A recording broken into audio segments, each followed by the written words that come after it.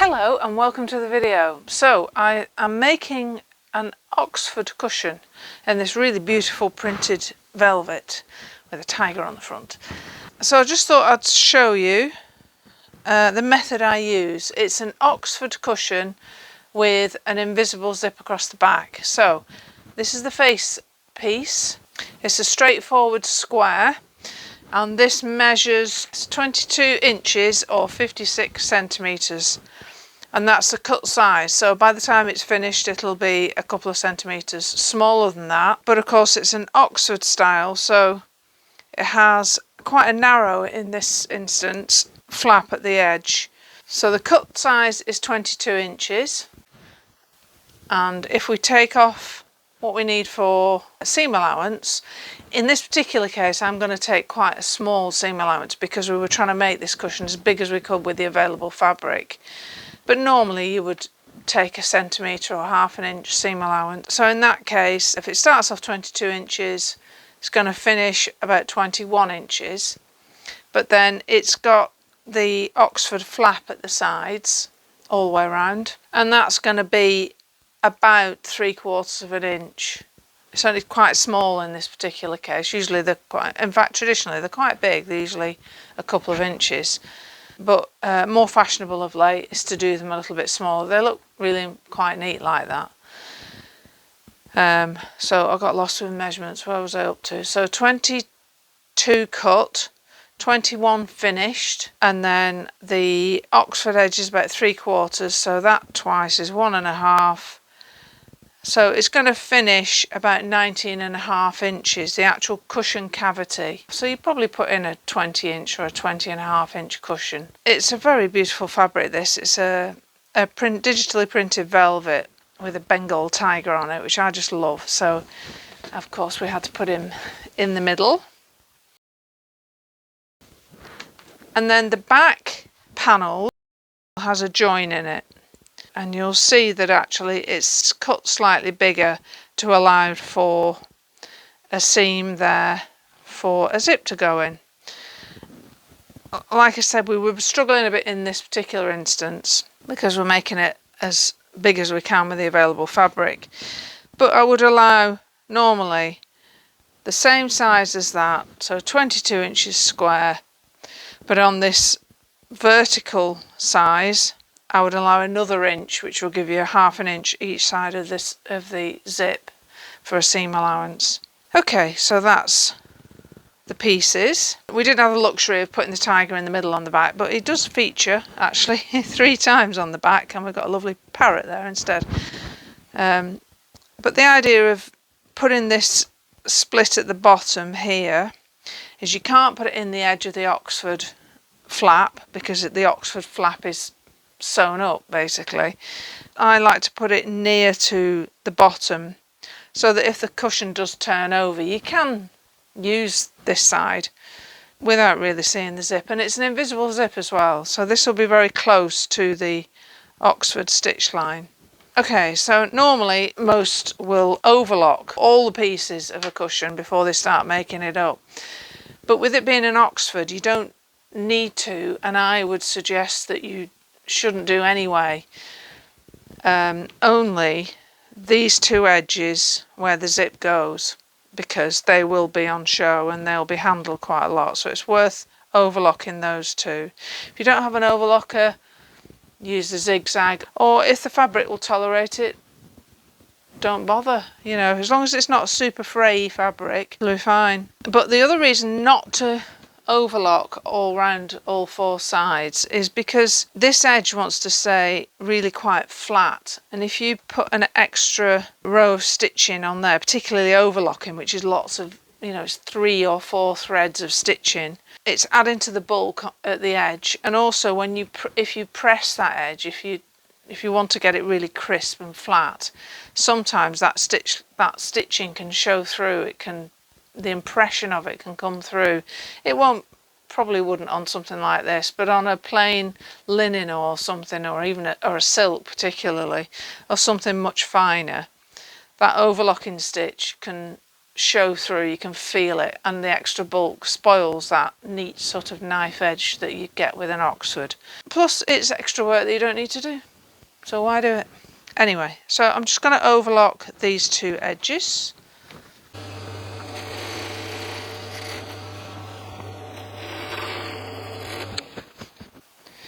Okay, so there we go, and you can see that this stitching, I've just left it white. You can change the colour of all the threads if you want to go to that trouble if you've got a dark fabric, but the fact that you're not going to see it means that you can do it any colour. I tend to leave white on mine.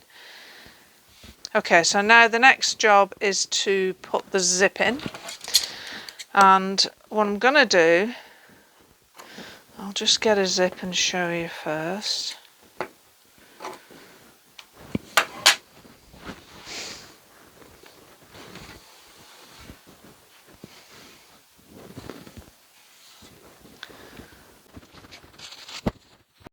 I have just beige zips. I tend to just use this one colour because they are pretty neutral. They disappear into most things, but again, it's an invisible zip. The idea is you can't see it at all anyway, so it just doesn't matter what colour it is.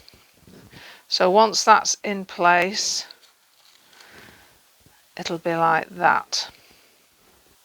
Now, I tend to put the zip, I don't run the zip right to the edge, because again, you're going to make an Oxford flap at the edge here, and if you've got a zip inside here, you've got to stitch over it, and B, it creates a stiff sort of very unmanageable bit of the flap, and it spoils the edge.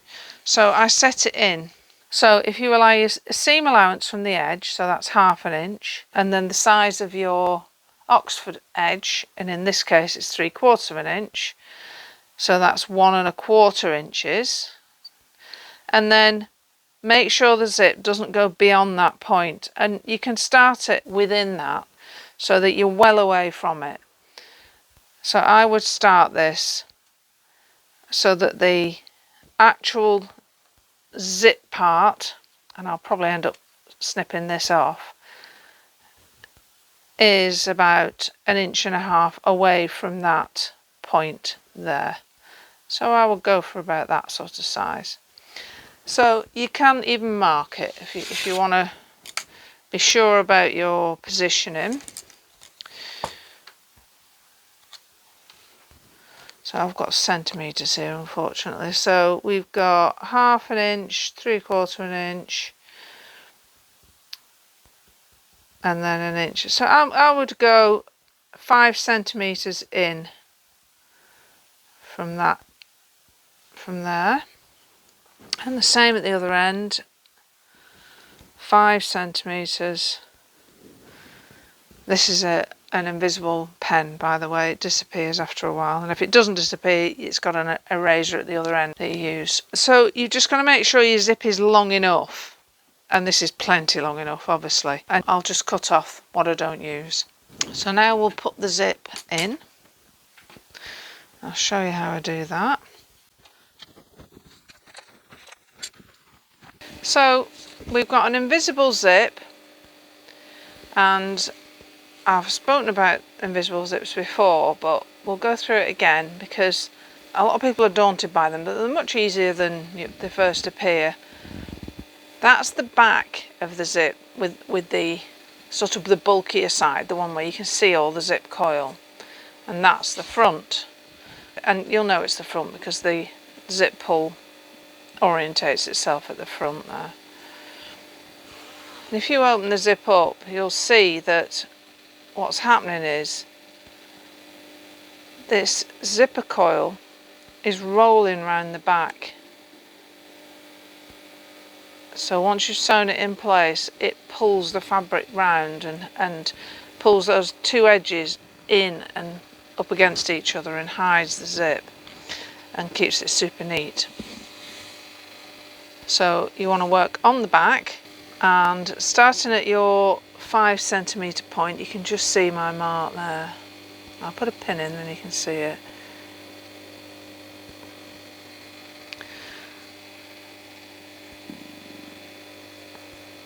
I'm going to sew this so that the little stopper at the end of the zip, this little plastic bit here, is just within that mark.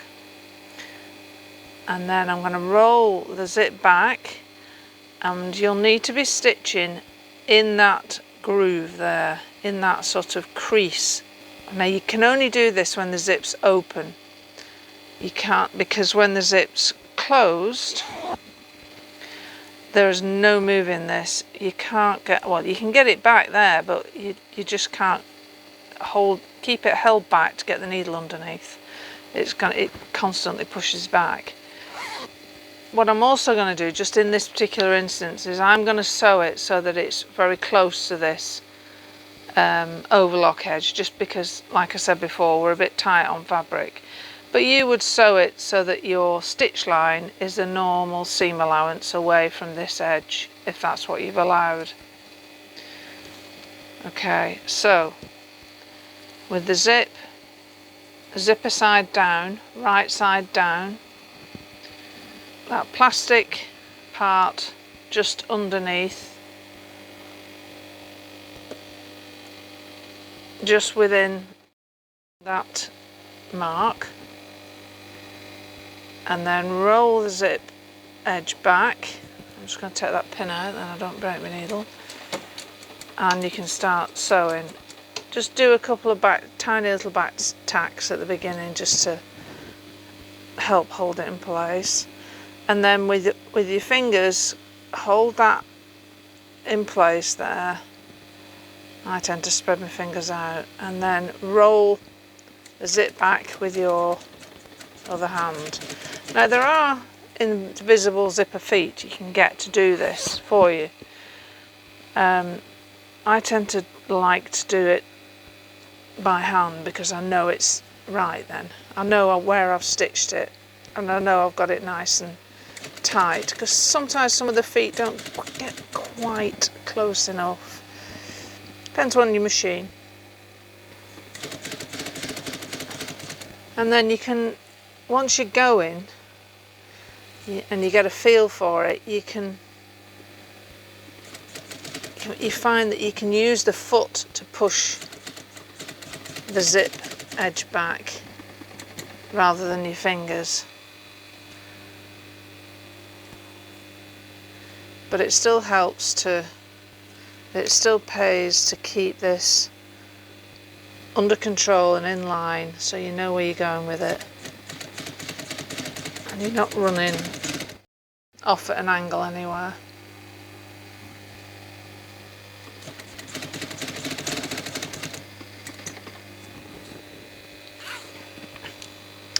And then I'm going to come down to here, this mark,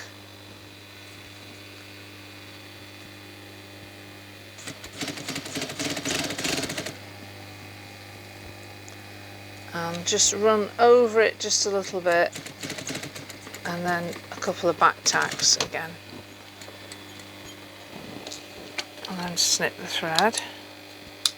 And you'll see that if I hold it like that, you can't even see the stitch line because it's under there.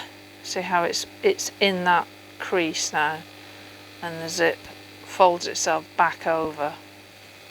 Okay, so that's one side of the zip on, and now you've got to get the other side on. So make sure you get your other piece in the right position, because I cut it from the same main piece that you can see the pattern continue. I'll lose a bit obviously on the pattern, but not enough really to show. Now it's up to you how you do this, whether you work from this end to that end or that end to this end, whichever you feel comfortable. Whichever one you do though, make sure if you start at this end, just close the zip a little bit and make sure you put a mark and you line it up with that marker there, just so you know that it'll be matching. So you turn your work over so that you're now working against the flat part, and line these two edges up here. Again, if you want, just pop a pin in just to hold it together so you know nothing's going to slip out of place.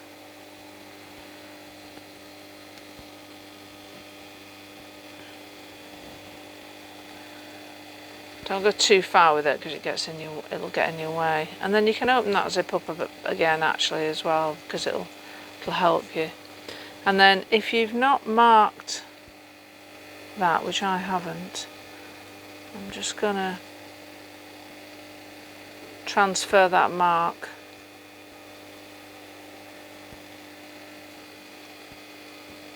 to this side as well. So I've got everything to line up with now. So I know that mark corresponds with that mark where we started, the 2 inches, the 50mm, 2 inches from the edge, and that mark is 2 inches from the edge.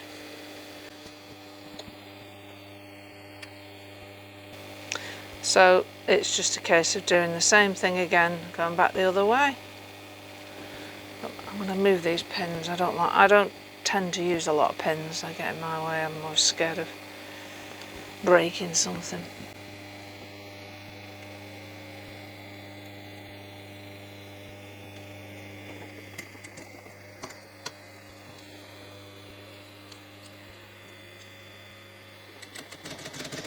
And then come down this in exactly the same way, and then you want to make sure that when you get to that end,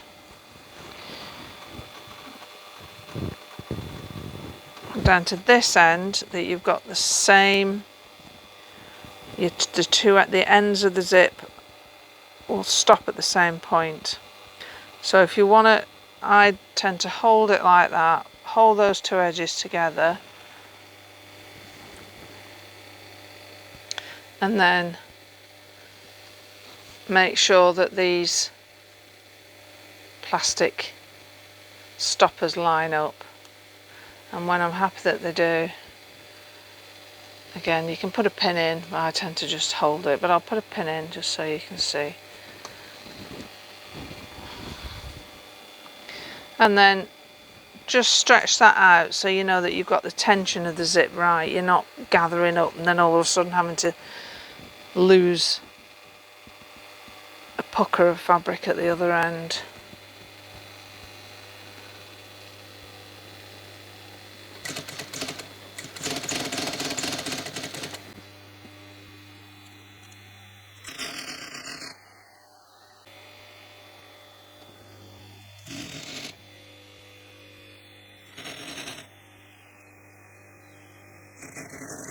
And then when you get to there, you can run over if you need to. Now your zip's up here, so just pull that through so you can get to it in under here. You can take that pin out if you want. It's not doing anything anymore. And then just test. It's got a bit of a curl on this velvet.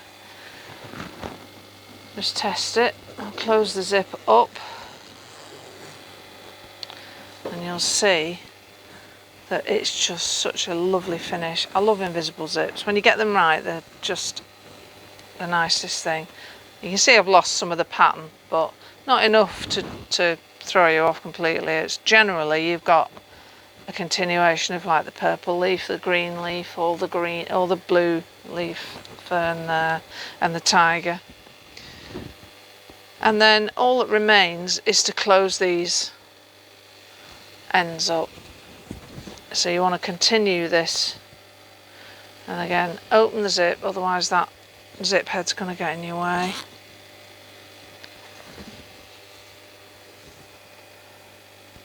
And then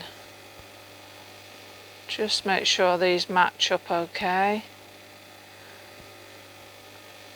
I tend to make sure that both these zips are sort of folded back the way they want to go, and that you have them side by side, and then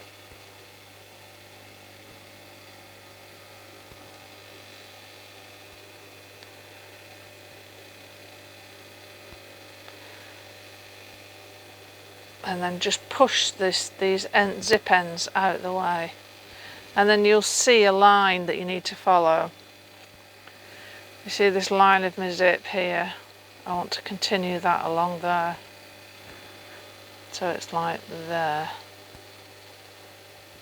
That's the line I want to take. Okay, and the same at the other end. Now, and before you do that, you've no stopper now at this end of the zip, because it's way up here. Don't know why my light keeps going off. A bit disconcerting, that. What I tend to do is I fold these back like that, and then I just machine over this back and forth a good few times. Now you've got quite a chunk of plastic under there, but if you sew on this side it just tends to sew a bit easier. But it will go, it won't do your needle any harm. So just back and forth and create like a bar tack to stop the zip from coming undone. Like that. And then you can chop off this excess zip here. Leave a centimetre or a bit less.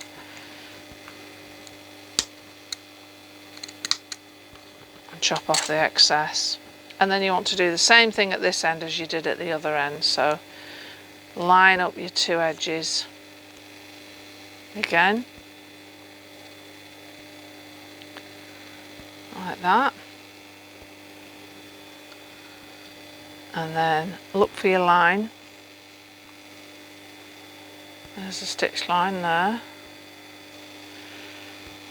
so we're following this sort of line. And again, if you've allowed a bigger seam allowance, this will be wider apart. Now what you'll find is if you're using the same foot, it's on the wrong side. You really want the zipper on the other side. Now I do have one, but I can never be bothered to swap it over. So I just flip the cushion round, it's easier, and sew it on that side. And then where you stop your stitching here, you want to overlap that stitch line.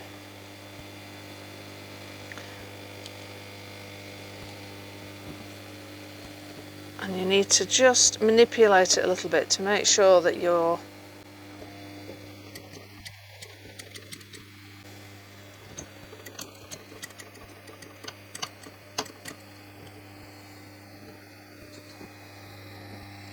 running up consistently at a straight line. So pull that out of the way so you don't catch it inside. The hardest bit is that first few stitches getting it started, but then once you've got moving, you can keep a nice parallel seam allowance.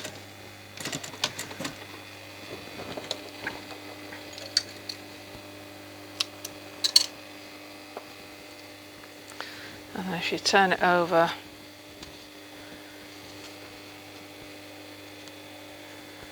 you'll see that you've got a nice continuation of the seam.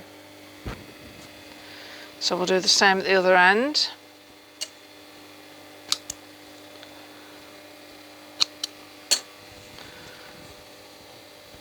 And this end, actually, we can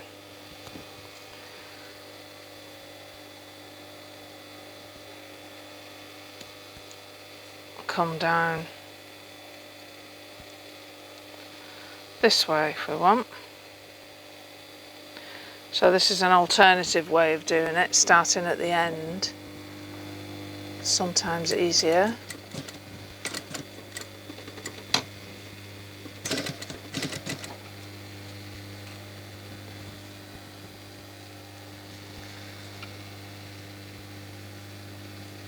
What happens is these zips want to fall flat, and you've got to keep that bottom one sort of one on top of the other, otherwise you get a bit of a kink in the transition. And then get really close to the stitch line best you can, and then a good back tag to finish.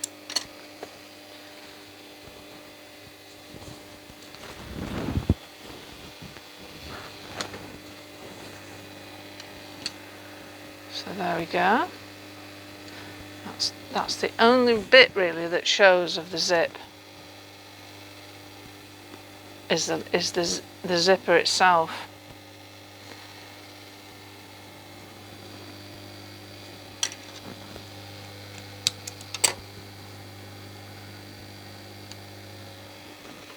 There.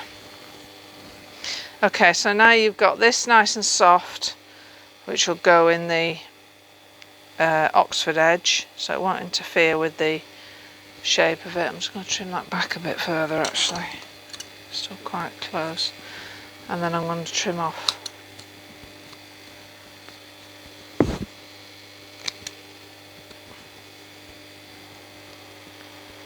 I'll do it with my bigger scissors, it'll be easier. Okay, so back to the table momentarily.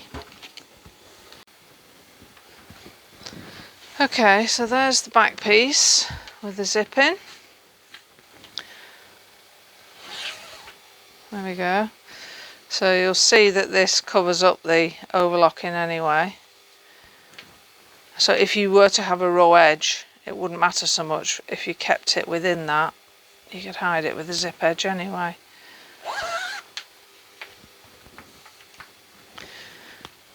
And I'm just going to trim that down a bit more.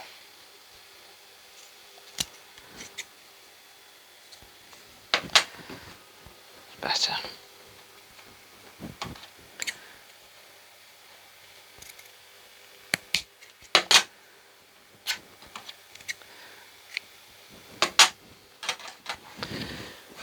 And then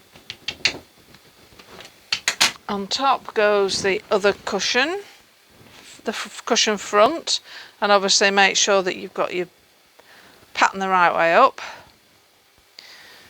And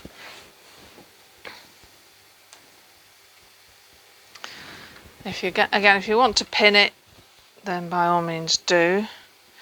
I've just got a slight discrepancy in size because I don't have enough really in the allowance at the bottom. And the width is fine, so I just have to overlap this at the top. So in fact I'll turn it over, you can see it on that, it's easier to see it on this side.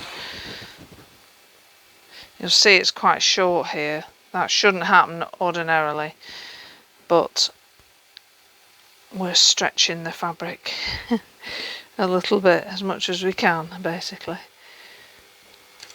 So I'm going to do a big enough seam allowance that I can catch this edge here. So I'm only going to do it like, I'm going to sew it about there. It just so happens this fabric's quite stable, so it makes getting away with that a bit better.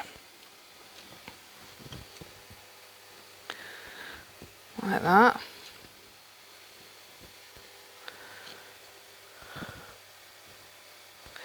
It's actually really hard to hand sew and pin through this fabric because it's knitted and it's very closely knitted.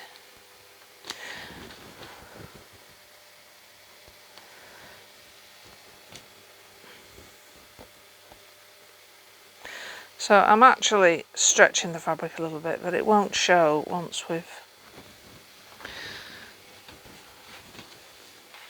See what I mean? At the sides here, I'm just going to stretch that out a little bit to make it fit. I'm going to ease it in, basically. Stretching is not the right word. Easing.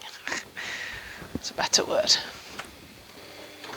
So we can change the foot back now. Just back over to a standard one.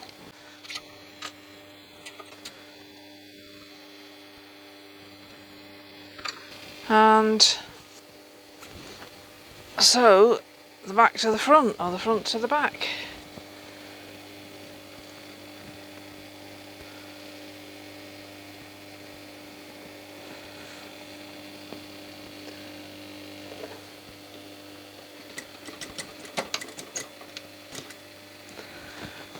So along this bottom edge, in my case, I don't really have to do much easing because the width's okay, it's just the length that I've got this. I need to gain some.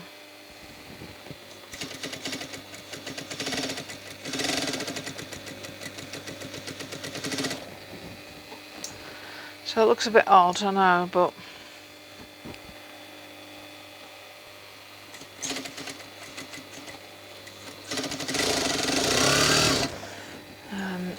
it'll all come good in the end.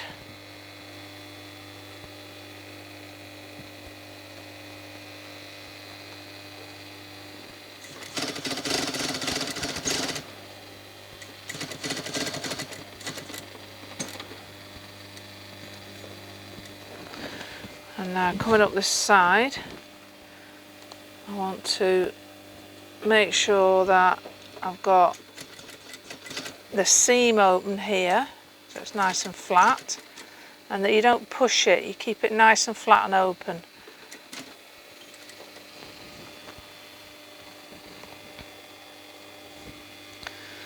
And then I can keep these edges together and sew this like a normal seam.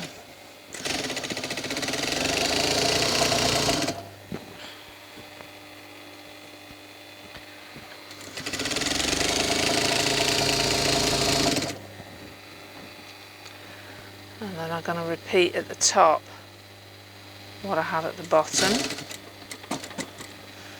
So going nice and close to that edge.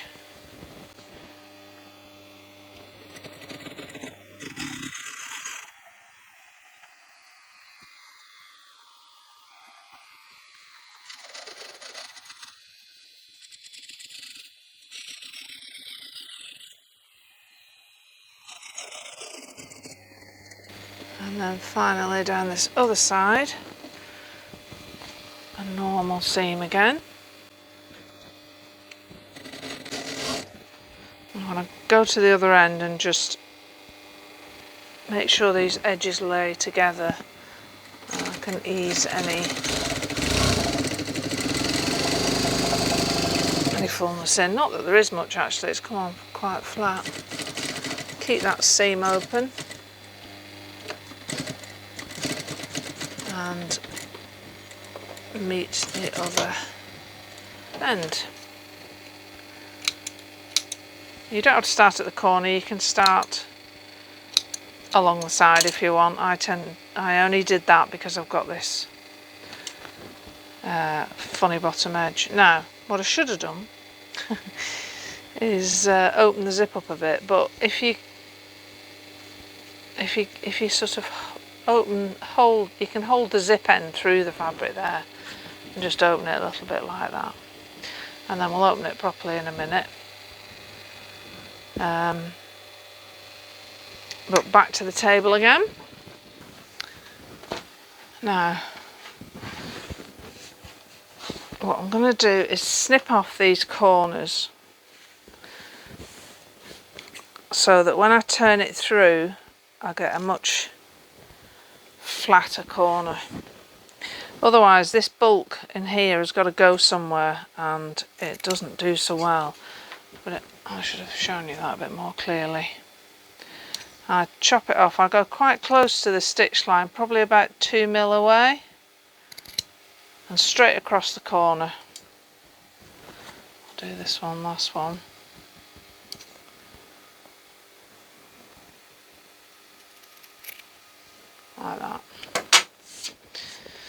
and then open the zip up.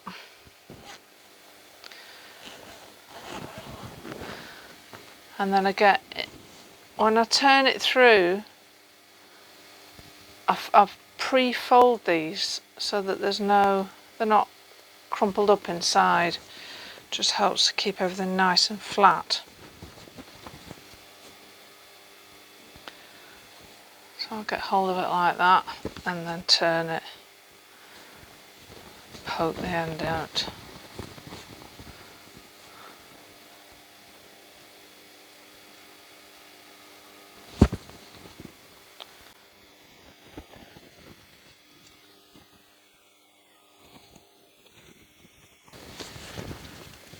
There we go.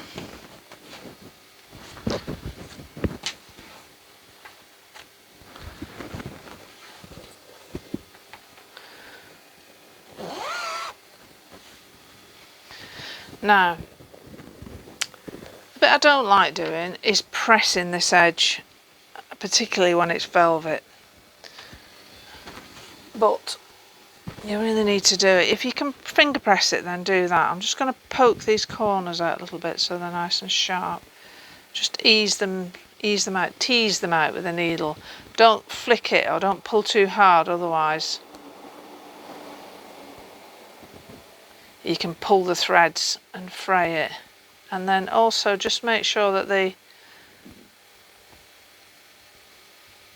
fabric inside is laying flat and not got a little bit folded back.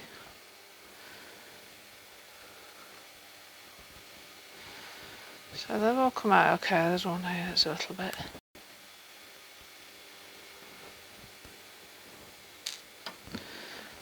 There we go. And the better you can get those corners, the neater a job it'll be.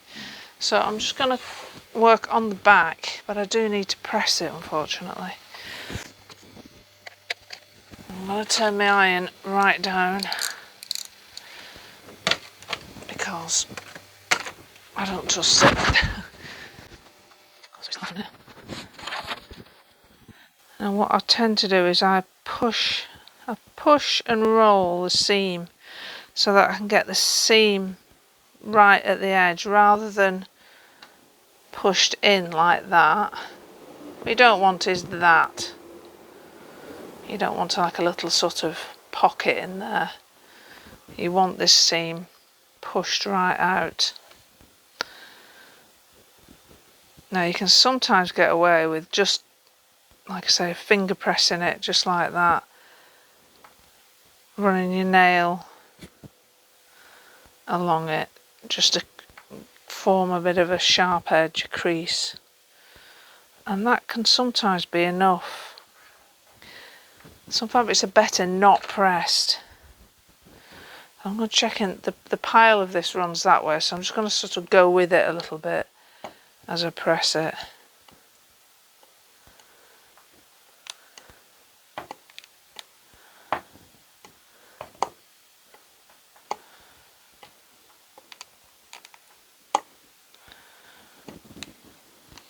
That's okay, that's pressed okay. Just got to be gentle with it.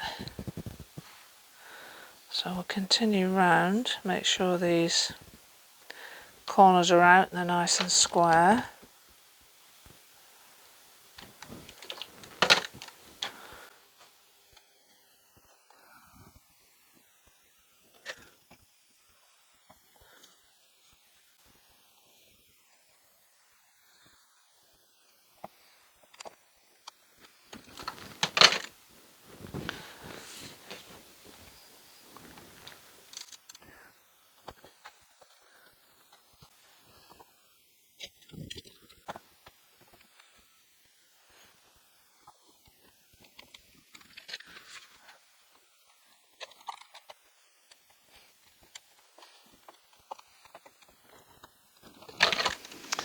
Okay,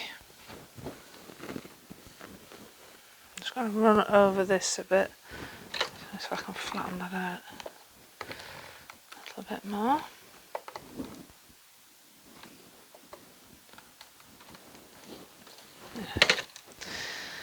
And then turn it back over to the front And we want to measure now in from the edge to get a straight line to do our top stitching for the Oxford.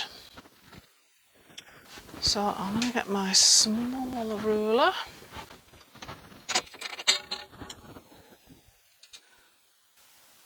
And I'm just going to go 2 centimetres in, which is 3/4 of an inch. And you might have to just manipulate this bottom corner a bit, where you've got, there's a lot going on, you know, you've got 2 pieces of fabric seamed, and then you've got the zip, and then in my case I've had to do a bit of easing as well. So I've got a slight twist, but not much. But once you've got a pin in it,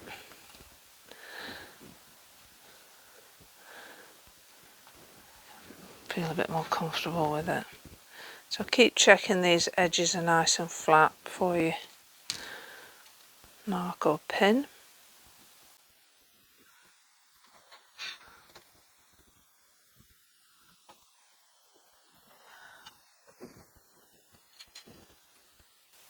If you want to draw a line, by all means do. And you can even, if you're not such a confident sewer, you could even do a tacking stitch along there. But just be careful when you sew that you don't sew over the stitches, because they can be tricky to get out sometimes if you stitch over them.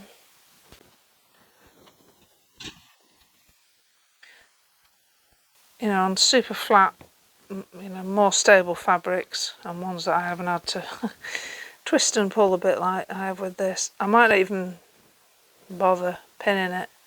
I might just keep check measuring as I go, but pretty much sew it by eye. But it's definitely worth this stage to get a really neat job.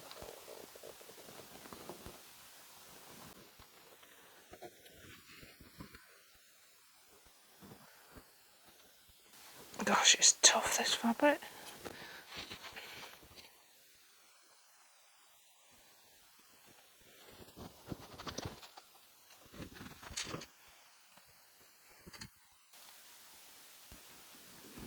It's actually better coming down. And the pin goes through much easier.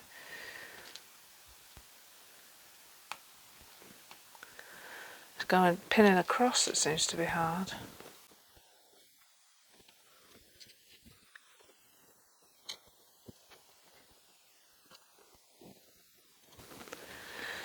And then working across the bottom, you'll see that even though you're pinning, you've got that stitch line where the zip is. Just make sure you got these.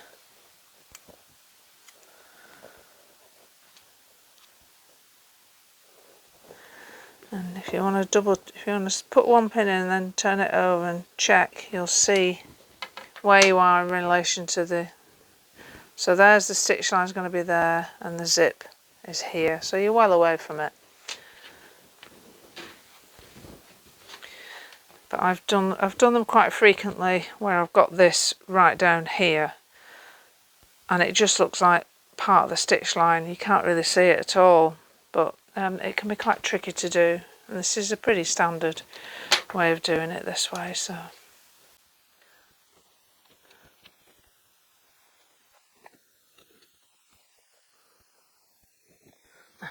okay,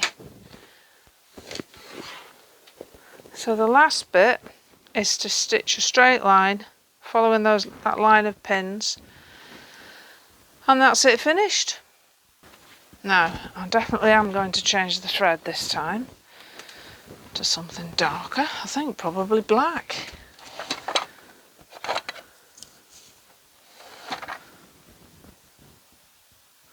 Maybe dark green, let me check.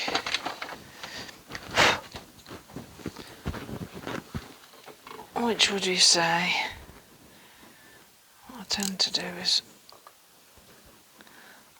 lay it on like that one, and whichever one disappears the most gets the job. dark green.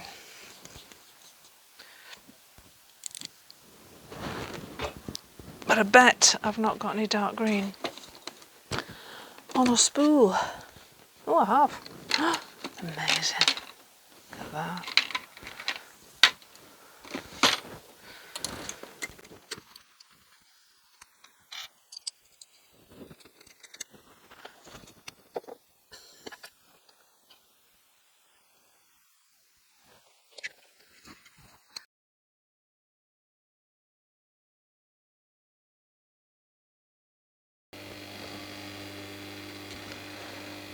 Okay, so you can start pretty much anywhere, doesn't have to be in any particular place. You just could try and do a neat start and stop. And just take your time.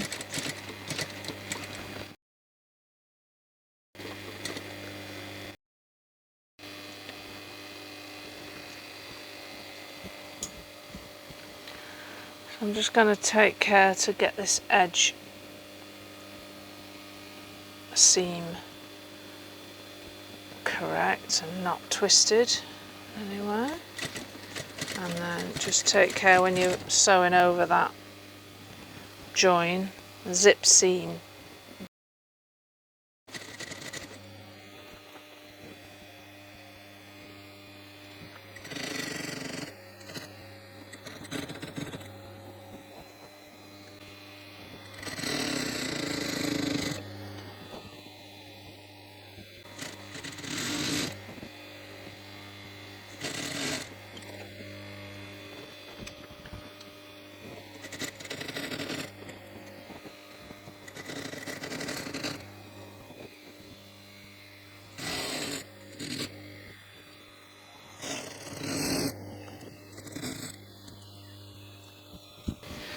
Last side, I think.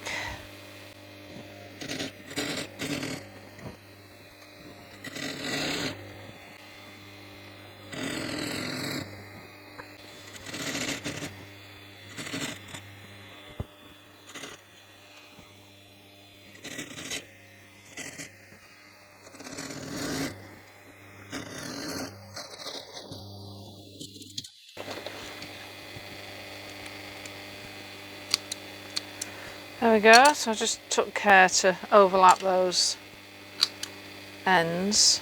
There we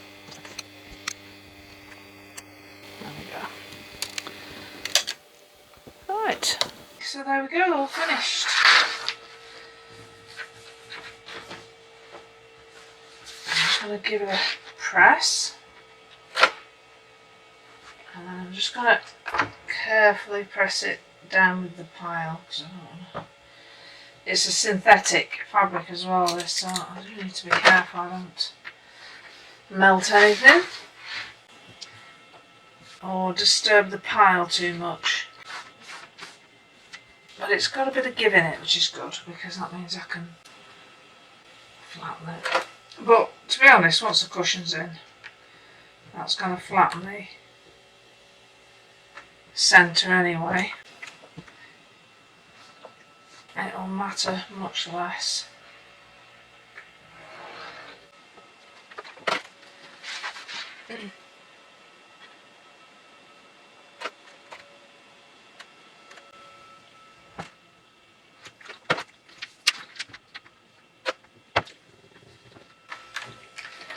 Now then, I'm not sure I have a cushion to put in it to show you. I'll have to find one.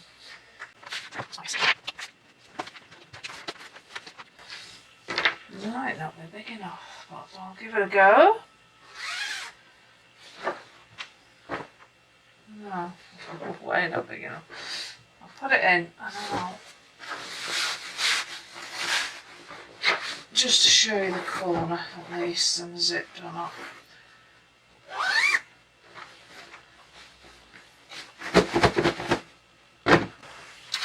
So there we go.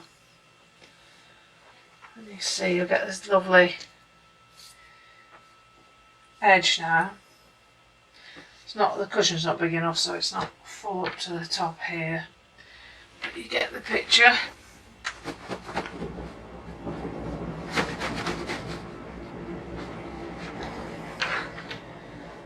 that will be a complete. And then on the back, you've got, because this zip is sort of under this edge of the cushion, you barely see it. So even if that whizzed over and used that way around, you're really not going to see that zip. It's very subtle.